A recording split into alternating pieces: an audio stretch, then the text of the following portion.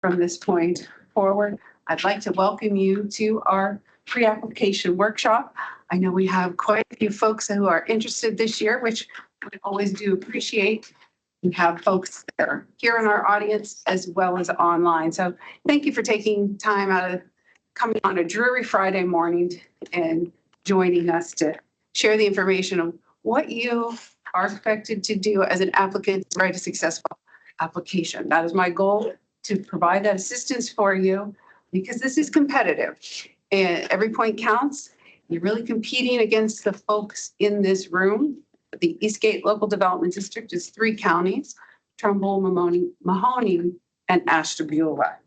So let's go ahead and get started. Just to give you a caption, the ARC was formed in 1965 by the Congress, and it involves 13 states from New York to Mississippi. In Ohio, we have 32 counties that make up the Appalachian region. And you can see Eastgate, our district, is at the very top. Then we circle on down by the Ohio River and over just east of Cincinnati. We're broken into 4 local development districts, and we are responsible for administering the program within our districts. ARC is really an economic development agency that is regional in scope. We work with our federal, state, and local partners to serve our communities so that we can make investments within those communities to improve the lives of the people of Appalachia and also to reach parity in the nation. So to get started with the workshop, you're in the pre-application period. We all know that started on March 27th and it closes on May 23rd. That's when you as applicants will electronically submit your application. You'll send that to my email address. Do that by 3 p.m. on the 23rd, and you will receive a confirmation email. And as I mentioned, it is competitive, but Eastgate is here to assist you. So if during this pre-application period you have a question, you're not really sure, how to answer, or you just want us to review your proposal, we'll be glad to do that and provide feedback for you at any time. Now, it's a little difficult if you're waiting till May 23rd when it's due, but please feel free to reach out. Participation in the workshop is required, and you can do that one of 3 ways. Certainly being here in person, we have a virtual audience, and we are recording it. So for folks who couldn't make it today, we can send you a copy of the recording as per your request. And then that way you'll meet that participation requirement as well. We do this because there are changes every year, and sometimes these grants can be overwhelming. I also ask that you let me know what your project is, because sometimes folks are applying for things that we cannot use for ARC funding, and nobody wants to spend all that time putting an application together for me to say thank you, but it's not qualifying. So please reach out before that. And then when you submit your application, put it in one single PDF. Do not send multiple attachments. One single complete PDF. And then, of course, you'll get your confirmation. And this grant funding is through your local development district. This is what we specifically call our area development funding. We're very fortunate in the ARC program. We have federal funds, we have state funds. So you may have heard of Power, Inspire, Rise. That is through our federal office, which we partner with. But this funding only comes through Eastgate as the LDD. It is assigned through the Governor's Office of Appalachia. We work very closely with our partners in the state and in the Fed, but this funding is only for the 3 counties within our district. Okay. People always ask me this every year, so I thought I'd put a slide to tell you how the timeline works. And I will apologize and tell you right up front, it's very long. So you're in your pre-application stage. Then we go to what we were calling the competitive review. So once you submit your application, then our ARC scoring committee starts its work. We have 1 representative from each of the 3 counties, as well as myself, that is on the scoring committee. Then it'll go to our technical advisory committee, our citizen advisory board, and then ultimately the general policy board. From there, we're going to be making recommendation. The highest scoring applications will be invited to fill out the full application. So the full application period is between September and November of 2025. Then we have the full application review period, and that is generally December 2025. I'm giving yours through April of 2026. There are 3 levels of administrative review. First starts with Eastgate, and then we're going to move to the state for their role. And if you're receiving federal funds, it then goes to the federal office. So that's a time period there. Then you would receive an award letter. So that's when you say, okay, this is going to be funded. I would not look for your award letter or your grant period, what we call the grant period award time. The earliest you will know if your application is being funded is April of 2026, and it possibly could be as late as August of 2026. That in part is because we're very fortunate in Ohio. We have state funding and federal funding. We're the only state of the 13 states of Appalachia that does have state funding. With that, of course, we have to be on 2 separate federal fiscal years. So state applications get reviewed first and approved first, and then the federal end. And for those of you who have applied before, you could probably say this with me because I always put it on my emails. When you're in that period that you've submitted your application, the full application, do not go to bid, break ground, or make a purchase, or you will lose your ARC funding. This is a reimbursement grant. So you cannot be reimbursed for something that you've purchased and prior to the award. So you need that award letter in hand before you do any of those things. Otherwise, you've just lost the funding. Okay, so let's talk about how you can qualify for our ARC funds. Well, first you have to meet one of our ARC goals. We have 5 goals. They're fairly broad. Our first one, we want to build and assist our businesses. We want to help them create and retain jobs. And then we also want to build our workforce. We want a healthy, educated, skilled workforce. So these are projects that fall in like workforce development or workforce training, increasing access to healthcare and education. And then we also want to build the Appalachian infrastructure. So these are the projects that are your water lines, your sewer lines, and possibly access roads. And then we want to build on our culture and our tourism. It's very unique within Appalachia. There's a great deal of economic development that comes to our region because of folks wanting to come to our area and enjoy what we have to offer.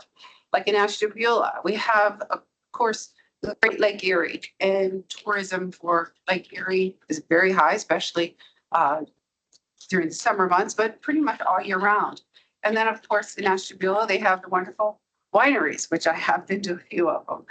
And then we go in Maconie County, right here in downtown Youngstown. We have the Butler, we have the Cavelli, we have Mill Creek Park. That is such an asset. And then in Trumbull County, we have the amphitheater and the Riverwalk and just, lots of places that people want to come to. So tourism is very, very important to ARC. And then the last goal is building our community leaders and increasing capacity. So as far as eligible applicants, that is very broad as well. Our political subdivisions. So you may be a village, a township, a city, a county. And then our educational institutions. That would be school districts, career centers, community colleges, and higher education. And then as far as public institutions, that's where we assist our public libraries, as well as maybe a port authority. And then we have our nonprofits. So really, there's only 2 entities that cannot be a direct applicant for ARC, and that is one, a private individual, or 2, a for-profit entity. Now, with ARC, we always want to partner with our for-profits. We encourage public-private partnership. We just cannot have a for-profit as the lead applicant. Okay, so types of projects. There are 3 types of projects that we fund within the ARC program, and that is construction, non-construction, and access roads. We like things that we can see, feel, and touch, things that are tangible. This funding is not for feasibility studies, engineering, architecture, and planning. Those are vital things, but they are not something you can use with the Eastgate area development funding. Then I also want to make a note with infrastructure. If you have an infrastructure project that requires a permit to install, or what we call a PTI, and a lot of times this is your sewer lines, you must have the PTI at the time you submit your full application. You don't have to have a PTI at this time for your pre-application, but in order to go to full application, you must have the PTI. If you don't, your project will not be funded in this fiscal year, and you're welcome to apply for the following year, but it will not be funded in this fiscal year. Then we have, and I do want to say, I don't need to be talking the whole time. Feel free to shout out a question, raise your hand, and for the folks who are online, unmute yourself, and we're happy to take your questions at any time. So now let's talk about non-construction projects. That would be equipment and supplies. Now, as far as supplies, they cannot be disposable because sustainability is something that's very important to the ARC. They don't want to make an investment and then not be able to see it in the future. So supplies, we're really looking like maybe desks, computers, chairs, especially if it's a workforce project, you need those hard, tangible things in order to provide your services. So that's what we would consider supply. We would not consider supplies, masks, gloves, things of that nature that are just like a one-time use. How do you differentiate between equipment and supplies? Is there a dollar figure? Well, equipment would be like, look, we're doing something at the sanitary and they need to replace their water treatment, equipment that's very expensive. That would be something there. And then supplies would be something to benefit your program. If you can plug it in and it's under $500,000, that's probably more in the supply. But if it takes a contractor to install it, then that would be considered equipment. Okay. And then let me say about access roads. If you have an access road project, you must have job creation and retention, and you also really need to talk to me before you even want to apply for access road funding, because we don't always have access road funding every year. That is a separate pot of funds that comes through the Governor's Office of Appalachia. It is not the area development funds. So no one has indicated they are interested in applying for access road funding, so I'm assuming we do not have any. If that is not the case, please see me. Yes, Justin? Yeah, question came through the chat asking if stormwater replacement projects are eligible under the infrastructure category. You have to tie it to economic development. I would say that's more of a maintenance issue. And this falls into what we're going to talk about that are not eligible, but thank you for the question. Something that is not an eligible project under this program would be your traffic signals, flood mitigation, which I think that kind of falls into what you're talking about there, John. Bike trails, public safety related, like if you for 911 or you want to build a fire station, but this is not the funding for that. Revolving loan funds, road maintenance, and parking lots. Kathy, if you could go back 2 slides, under those fundable projects, how do you see, with one of your main goals as being workforce ecosystem, how do you see that fitting into one of these 3 types of projects? That would be a non-construction project. Okay, and that's it. And it says supplies and equipment. What other What other? Well, let me ask, what would you want to do? Because we need something that's tangible. So what are you So looking for? you're looking for bricks and mortar, basically, even in non-construction, you want something that's tangible. Yes, yes. So not a workforce development project program. Oh, we do? Doesn't include, Okay, let me listen. go ahead. I want to understand what you're asking. Workforce what? Workforce development. So if we were to do a workforce development project specifically related to the hospitality industry, what you're saying within this program, you would only supply desks or computers or something that's tangible that could support that workforce development. Yes, because it would need to be sustainable. We don't want to pay for your operations. We don't want to pay for your rent, your lighting. Some administrative we could do, not more than 20%. But like if you're going to be using it to pay wages of the person that's going to be leading that, then ARC is going to say, okay, what happens next year when you don't have the ARC funding? How is the program going to continue? That's why we want the tangible things. Thank you. But Justin, Yeah, another question in the chat. Are airport electrification projects considered to be infrastructure? it would not be infrastructure. Infrastructure is water, sewer, broadband, and access roads. Okay, thank you for the questions. Keeping me on my toes here. All right, so now let's talk about, I do have a oh, question. yes. If you're an educational organization, do you not pay for teachers? That would, we can pay a maximum of 20% in like in-kind or operational. So if you're asking for $200,000 in ARC grant funds, 20%, $40,000 would be the maximum that you could do to supplement maybe something operational. Again, it needs to be tangible and sustainable. So paying employees would not fall into that category. But there would be a percentage of paying for the people to do the teaching? Up to 20%. Again, we don't want really, I would stay away from that and only do tangible things. Because again, ARC will say, what's going to happen? How will this program be successful in future years when the grant funding is not available? I'm sorry, Kathy, one more question. You keep on referring to you're saying ARC would say, but you had said earlier that the funding is coming directly to Eastgate. You are making those decisions. Right. So how, and that didn't seem to have anything. And I also mentioned that there are 3 categories of review. It is Eastgate as the local development district. It is GOA through the Governor's Office of Appalachia, and then federal through the ARC. All 3 of us have a voice. And so you're allocated the funds, but it has to go through those 3 levels. Yes, thank you for the question. Okay, oh wait, I don't think I talked about this one.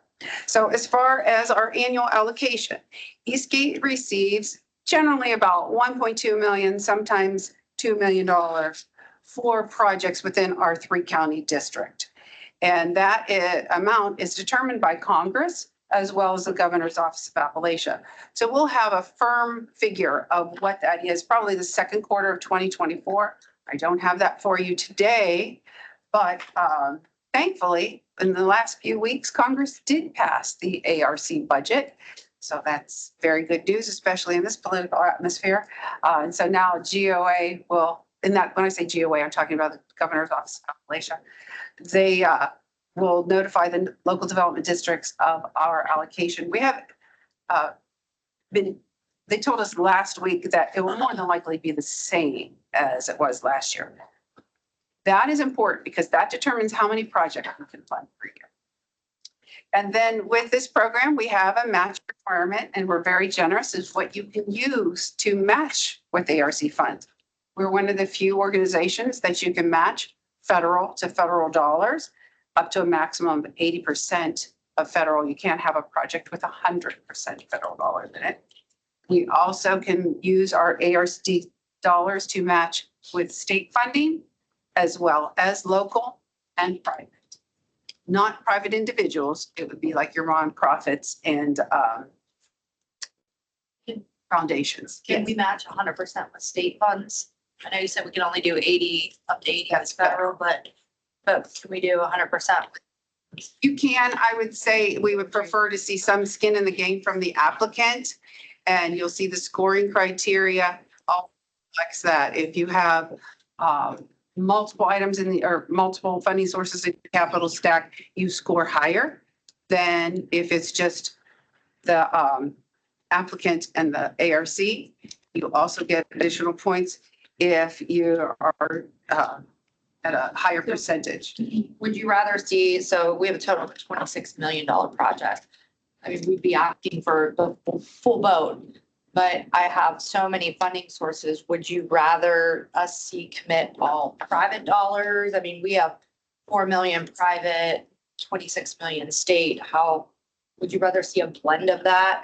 You get more points if you have a blend of funding sources within your project. You don't have to, it's just more weighted that way because it's very hard to do.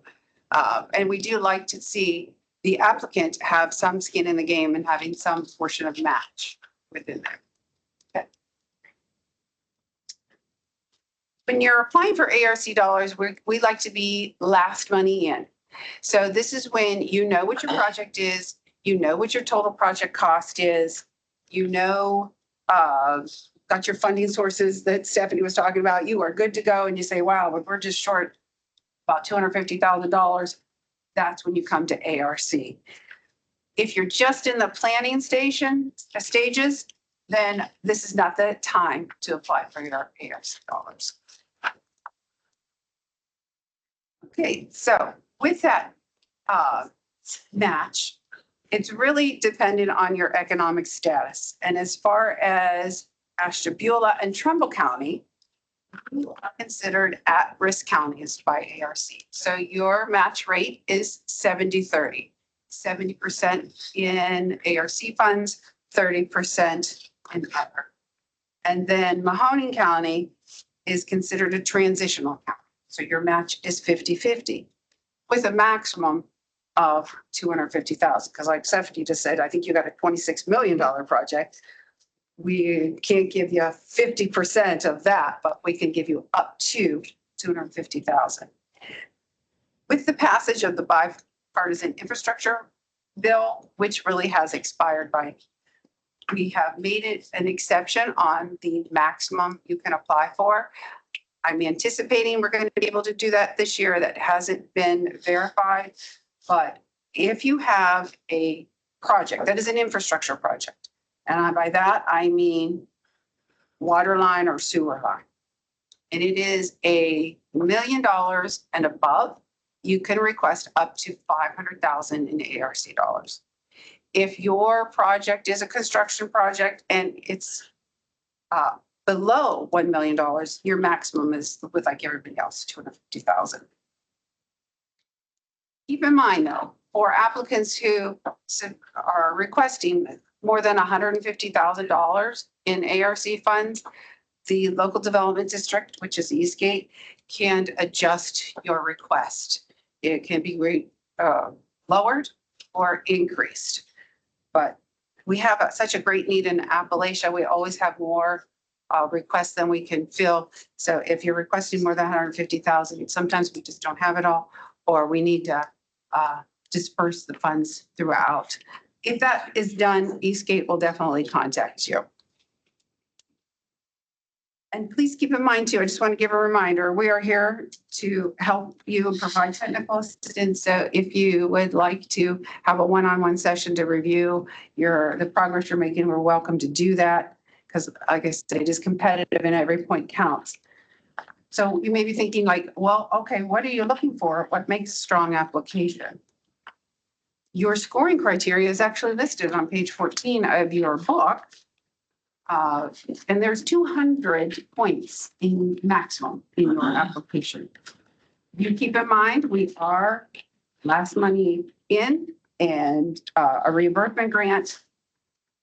I would also say follow the format. This is very specific. It tells you exactly what to do, answer all questions completely, and provide all the documentation. Also, I would say be very consistent. If you're telling us in attachment A, what your total project cost is, then that needs to be the same number on the project proposal summary, number 9. Do not round up, down, or change that.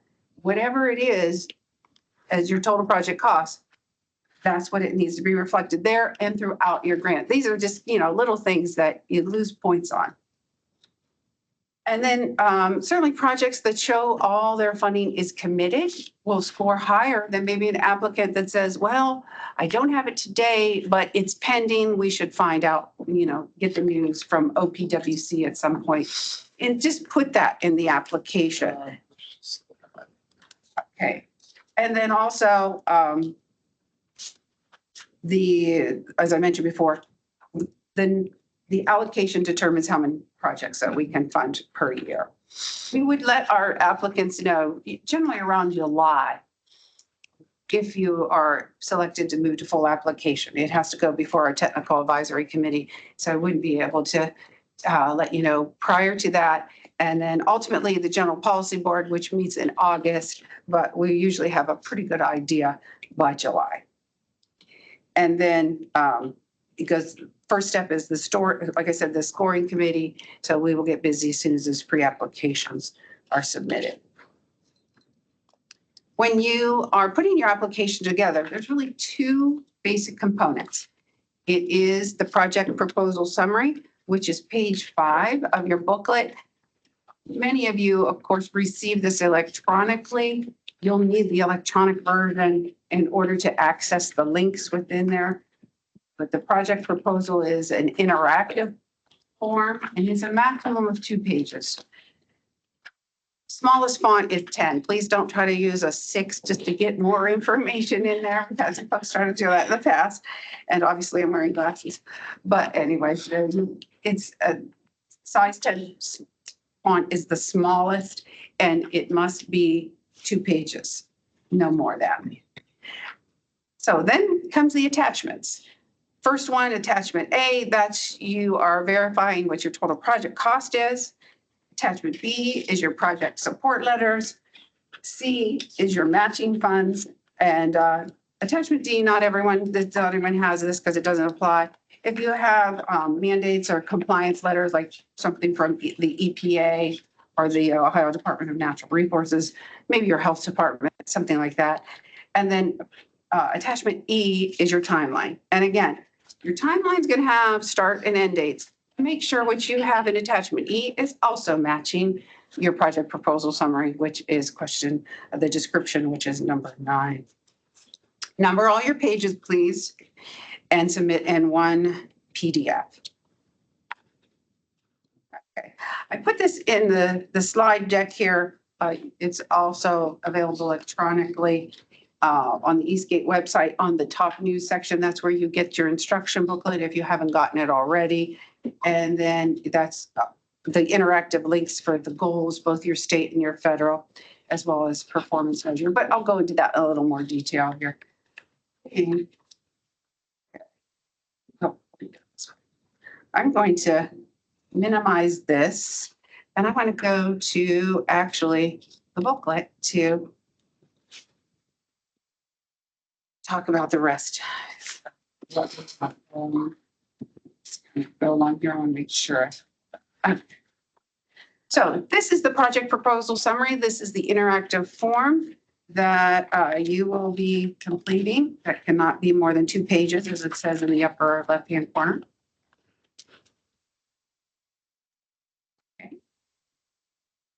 And now pages 6 through 11 are going to tell you exactly what we're looking for. I'm not going to go through every one of these, but I do want to point out some things. The project title, please keep it very concise, clear, and tell us exactly what your project is. If you are taking me 3 lines to say what the title is, it's probably a little too wordy. Just say what your project is. And then here is something new this year for the project grantee. You see, it says SAMS. We want that unique number. And if you don't have a SAMS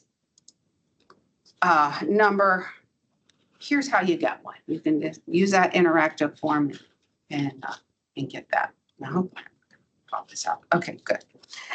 Then number 3 is the contact person. This person is the first person either Eastgate or the state or the Fed is going to call if they have a question, or maybe they're going to shoot you an email. So it needs to be the person who is most knowledgeable about the project. It may not be your executive director or your mayor or your CEO. If they are, that's great. More than likely, those are the folks who are signing your documents, but they're not necessarily the person who knows the nitty gritty of the project. So the contact person is the first person that we would reach out to. And then also your county designation, we just talked about that. This is pertaining to where your project is located. So if you're located in Ashtabula, you would just put in Ashtabula and at risk. But if your project is actually maybe a workforce project and it is encompassing maybe all 3 of our counties as far as the service area, then include each of those counties. So whatever service area that you are impacting, if it's multiple counties, list all of the counties. Number 5 is the basic agency. And for this, if you have a construction project that is assigned federal dollars, and Eastgate is the entity that assigns whether you receive federal or state allocation. If it's a federal project, then you need a basic agency to administer the funds. This is the qualifying basic agency. I wouldn't worry about that at this point. In the pre-application stage, you do not have to have that. I just want to let you know it's another layer if you receive federal funds and you're a construction project that you have to go through. Eastgate will guide you through that process. We are now a self-certified state, so we have the ability through the state of Ohio at the Governor's Office of Appalachian to provide that assistance. If you don't have any funds, maybe like the Community Development Block Grant or from EDA or the EPA, then Eastgate would assist you through the Governor's Office of Appalachian in meeting that criteria. 6A and 6B, they tend to give applicants grief. And it's really something, you're just going to click on this link and it's really just copy and paste. I know as grantees, you want to give us a lot of information. Don't worry about it. Don't give us any narrative here. Just find the goal that fits you. And so you one goal and one objective. So you're just going to copy the goal. You're going to copy this. This is the state. You're going to copy that step and put it in there for 6A. Then for 6B, these are our federal goals. They're slightly different. So here again, you're just going to say, maybe it's a workforce. You're going to copy the goal 2 and pick one objective and put it in there. Okay. So thankfully, the links are all working. If you have a problem, let me know, but they should all be. And then the project purpose. For this, really just 1 or 2 sentences. Tell us what why do you need this project? What's the primary concern? And tie it into that goal. If you choose goal 2, then tell us something about goal 2 in the project purpose.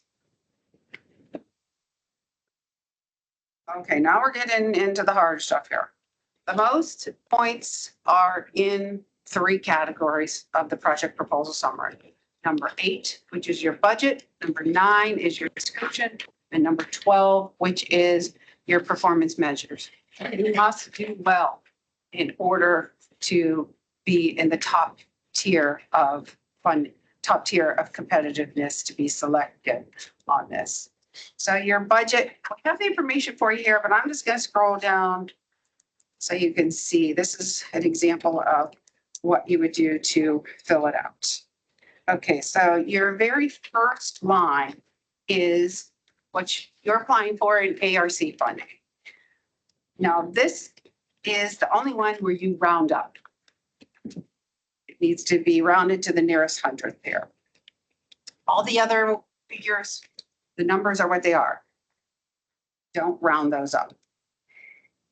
Also, do not include any cents. These are whole numbers. And so for every funding source that you have, you're going to list them all individually, whether it's federal, state, local. You're going to tell us the amount and the percentage. And then this is an important section here.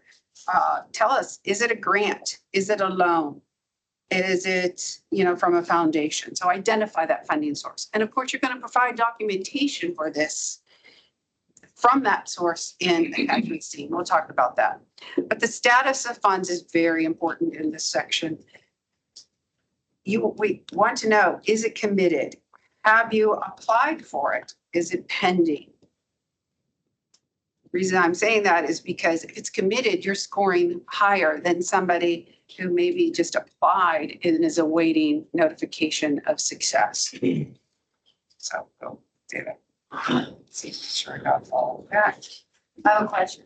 Yes. So if we have all of our funds committed, do you want just us to say that, or do you want the letter or the award numbers, or what do you want to back that information up, or is just our word good enough? No, I have to have documentation. We'll talk about that in attachments. Thank you. Yeah, I'd love to take the applicant's word for it, but sometimes we're a little optimistic, say, yes, we have it. And it's like, well, we haven't gotten the official word yet. I know, that's okay. But supporting documentation is critical because that verifies the information, and that's how you score and get higher points. All right. So now let's go down. Oh, and just a reminder on that PTI, the permit to install. We have to have that at the time. Okay, so now let's move to number 12, which I said was one that has where you get your points. That is your performance measures. Sometimes that can be a little confusing because we have to be fancy, call them outputs and outcomes. And we have a guide here. If you click on the performance measures, this really, it breaks it down. If it's an infrastructure project, we want to know like linear feet, number of business served, household served. And you'll notice outputs always will say served. Outcomes will always say improved. And Gary Newbrow, I'm still using your example because you do such an excellent job in this section. Thank you. Plagiarism, I have to admit it. So here's an example of sanitary. If I can increase this just a little bit. What did I do? Now. And I don't know what I did, but I did something. I did. I was hoping to make it bigger. Justin is our director of planning, and he is helping me on the techie side because, of course, I always screw things up and he's monitoring that. Somehow I lost our booklet. There we go. Okay. Okay. Thank you. All right. Thanks for the help. I hope I went. Oh, wow. I just wanted to increase it a little bit. Let's see if I can get this. Okay, no, I better just stick with what I have. It's a little blurry to me. That's why I was trying to.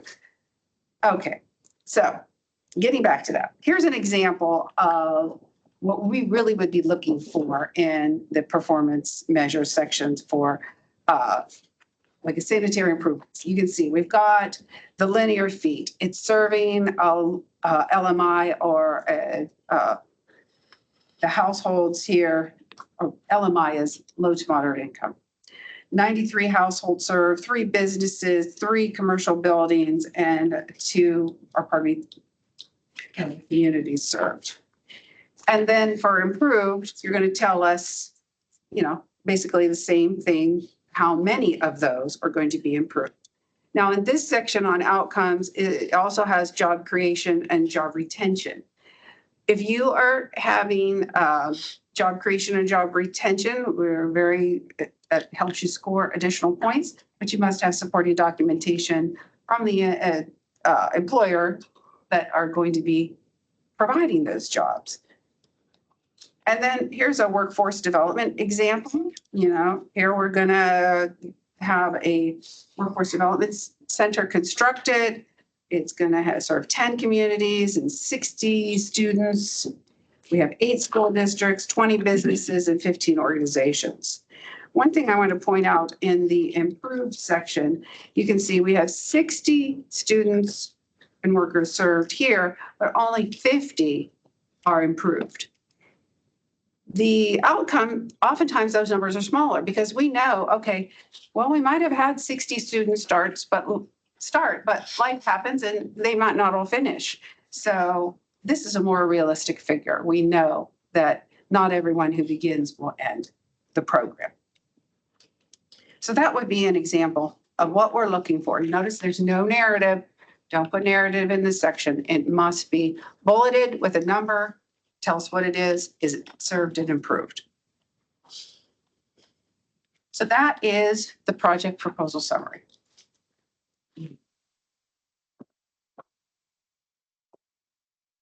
Next, we have our attachments. So with attachment A, that's your total project cost.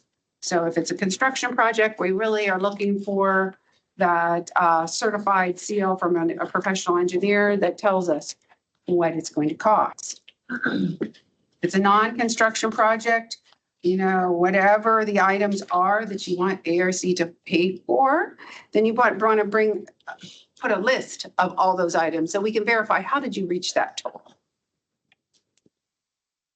Then attachment B is your support letters. This is, you know, maybe from businesses, your residents, your local elected officials, maybe trustees, your mayor, your commissioners, your state elected officials. I would not request a letter from your federal Congress, Senate at this time, because you don't know if this project is going to be selected for full application. They generally will not give you a letter of support at this point. If you are including job creation or job retention, we have very specific definitions for that. Specifically, and then we list them here for you. If you're saying jobs retained, that's a real narrow definition in the ARC world. If that individual is going to continue to have their job, whether this project is funded or not, very glad to hear that. However, if they are going to keep their job, whether the project is funded through ARC or not, then that's not retained. Retained only counts as if they're in jeopardy of losing their job unless this project is funded.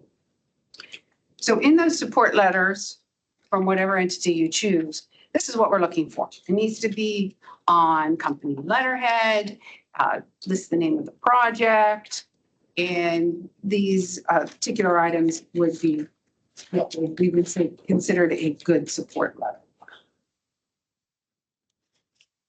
Then attachment C, that's those matching funds. That's what Stephanie was bringing up there. If you're saying, okay, we're going to get $50,000 from CDBG, then we need a letter from CDBG saying we have that. And it's committed and in what year, the amount committed in what year.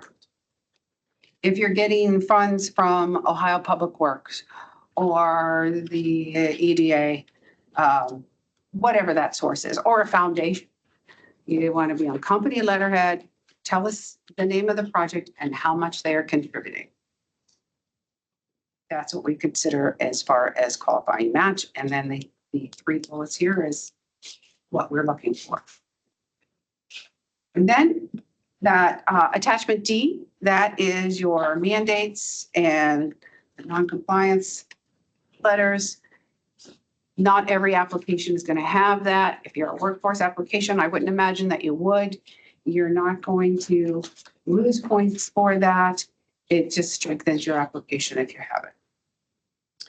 And then we have our project timeline.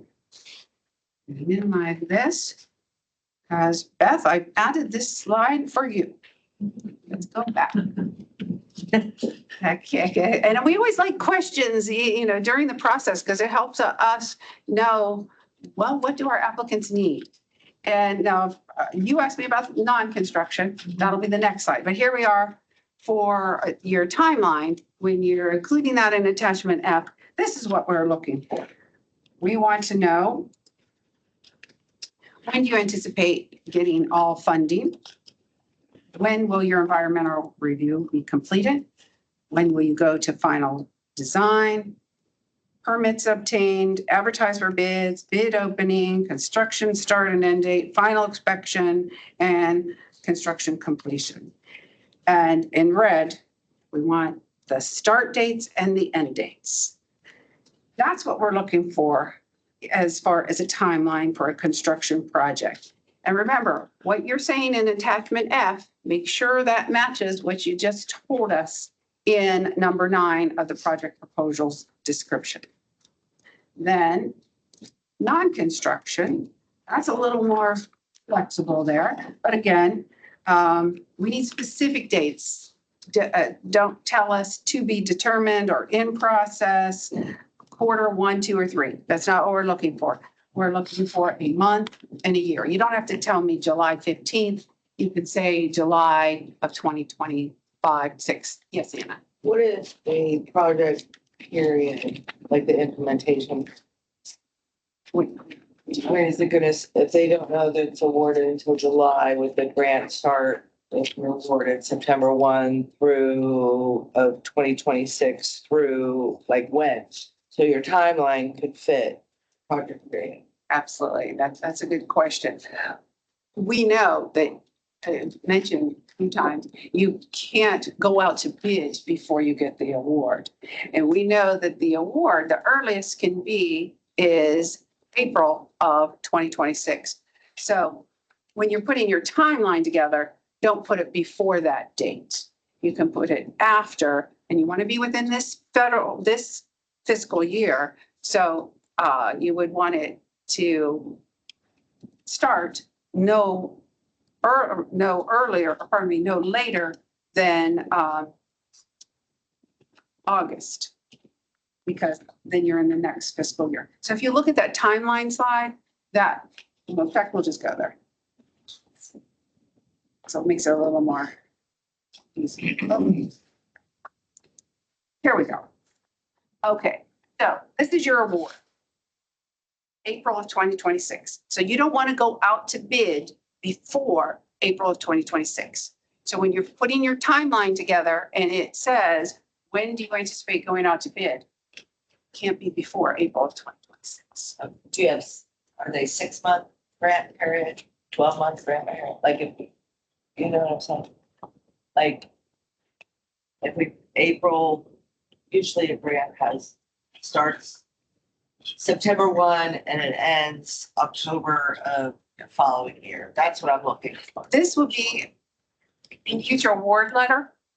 That's when the period starts. And with ARC, say you're lucky and you get an award letter in April, you have 12 months to spend that money. Yeah, that's what I'm looking for. You have 12 months. Yes. You can do it in 12 months, but no, not before. Not less than 12 months. And thank you, because Not wanted less. to mention that. When you're putting your timeline together, it is a minimum of 12 months. A lot of times folks think that they're going to, oh, I'm just going to get the equipment, or I'm going to start construction and I'll be done in 3 months.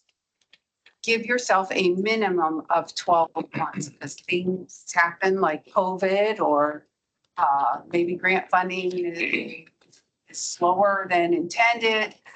Minimum of 12 months. Thank you, Anna.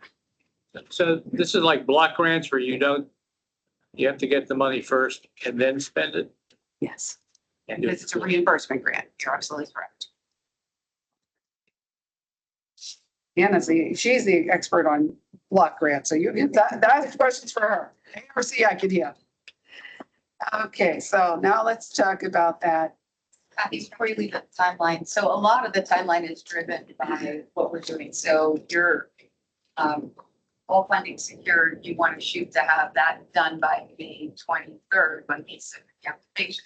Actually not, because this is the pre-application stage. That's where you can submit right now and it could say pending. An applicant who says committed will earn higher points than one that says pending. But when you go to full application, all your funds must be in place. If they are not, then your project cannot move forward. You have to reapply next year. So make sure all your funding is in place by October of this year. That would be considered secured. They don't have to be secured and committed today or on May 23rd, but it makes a stronger application because we know that money's. So the environmental, the final design and the permits can all be obtained before April, but going out for bids cannot happen until if and when you get it. You're probably not going to have final design completed or environmental review. That's not going to be completed at the time of your pre-app or your full app. That's anticipated for after award. Gary, do you want to add anything about that? That you're pretty good at that? You don't have to, but Well, some of my projects, you know, the problem we have with the timeline, like if we're full forgiveness, WPCLF, I have to get this thing bid out before a certain time. right, And sometimes your funds aren't available for that. yeah. But we solved that problem on the last one. Thank you, thank you. But in the example that I gave with Gary's, he's always anticipating, okay, I'm gonna get this grant funding in like August, and then I'm going to make sure that environmental review is completed, maybe after that. Then I'm gonna have maybe some engineering that needs to be done. Now, you're not using ARC dollars, but we still want to know that progression. And you're going out to bid after award. I hope that was helpful. I see a lot of blank faces. Well, it's complicated is the best way to. Yeah, you're asking for money today, and you, that you're gonna start it in the following year. So to do the grant, you need to know what you're asking for in terms of money. So you need to get equipment bids before. Okay, equipment is generally not bid. Well, okay, so you get estimates for equipment. Yes, All right, so then you get the grant and then, you know, most equipment I deal with, it's 30 days. And then the estimate's off or whatever. Right. We have to get re-estimates. What if it turns out it's higher? it could be. We could have in your application, when you're doing the budget, there's a contingency line. You can put. We can add contingency. Would you know, it like 10%?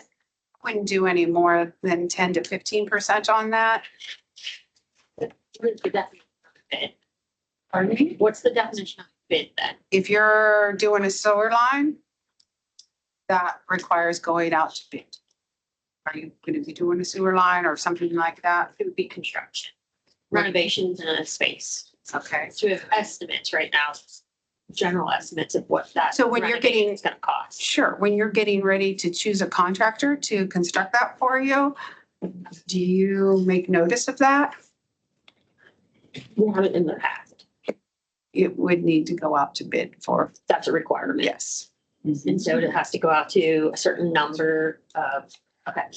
You have to advertise it. Okay. Okay. Have a lot of good questions this year. Okay, Beth, I'm on your slide now. Thank you. Okay, I appreciate it. here we go.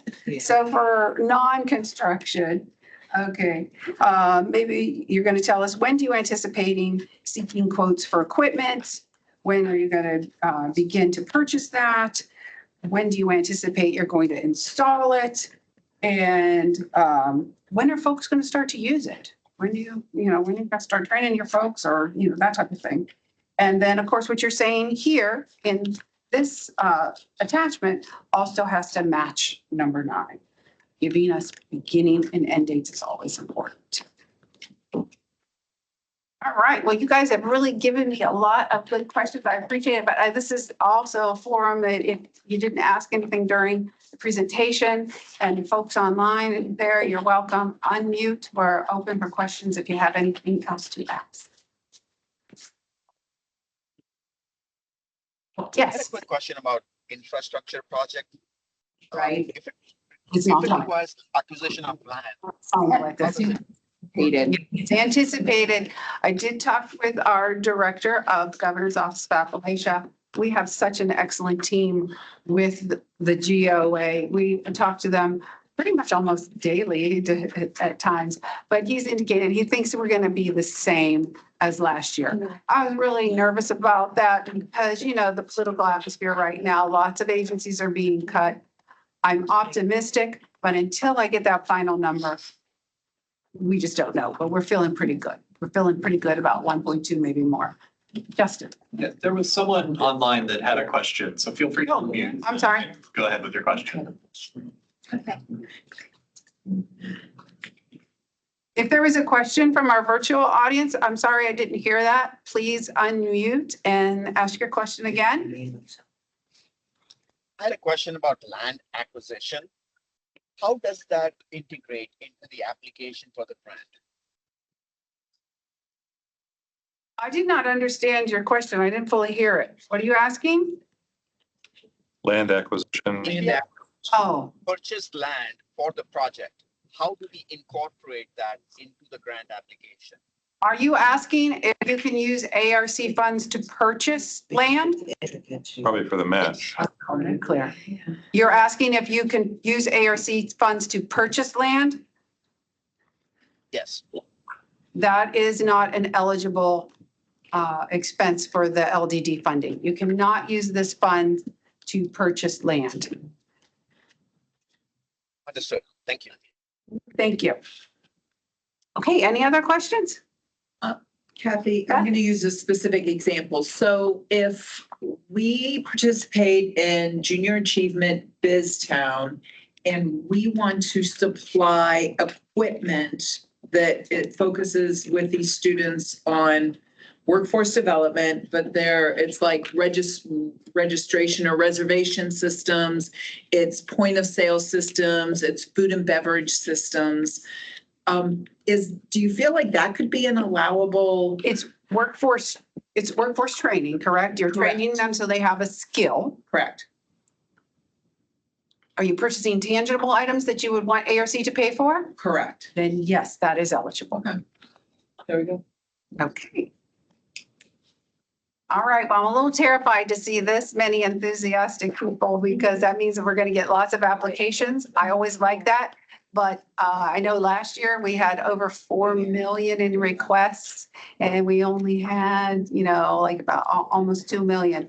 So it is very competitive. I wish we could fund all of the good projects. It's just not possible. So I'm excited to see what you have coming forward and feel free again to reach out. Oh, I'm sorry, I have one more question. I'm going to have you, so sit up front next time. If we're doing this pre-application now, and I understand the timeline for 2026, then Yes. in 2020, are you doing this annually? Yes. we Okay, do so this if every we- year, pretty much the same time. You're Okay. always going to get the announcement, hey, the pre-application period is open in March. We're always due in May. We always have this workshop at this time. So we really follow the same schedule. So today, if we've sparked an interest and you say, but I'm just not ready to submit a project proposal, then next year, we're here every year and it's never too early to start reaching out to Eastgate. Give me a call, helping you develop those projects. That's something we definitely like to do. A lot of times folks, they have an idea. It's not something we could do, but if we know more about your project, then we can say, maybe we could help you with this. Are you going to send this presentation? If you would like, we'll send the recording and the slides to everyone who signed up. And that's, actually, we usually have this workshop in the smaller conference room. There's no way I could fit everyone in there. So those of you who adjusted your schedule, who joined us virtually because we didn't have the room, because now we were exceeding capacity in this room too. So I appreciate the flexibility and thank you all for attending. Their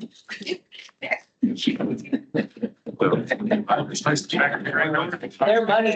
Yeah. Yeah. It works. It's like talking.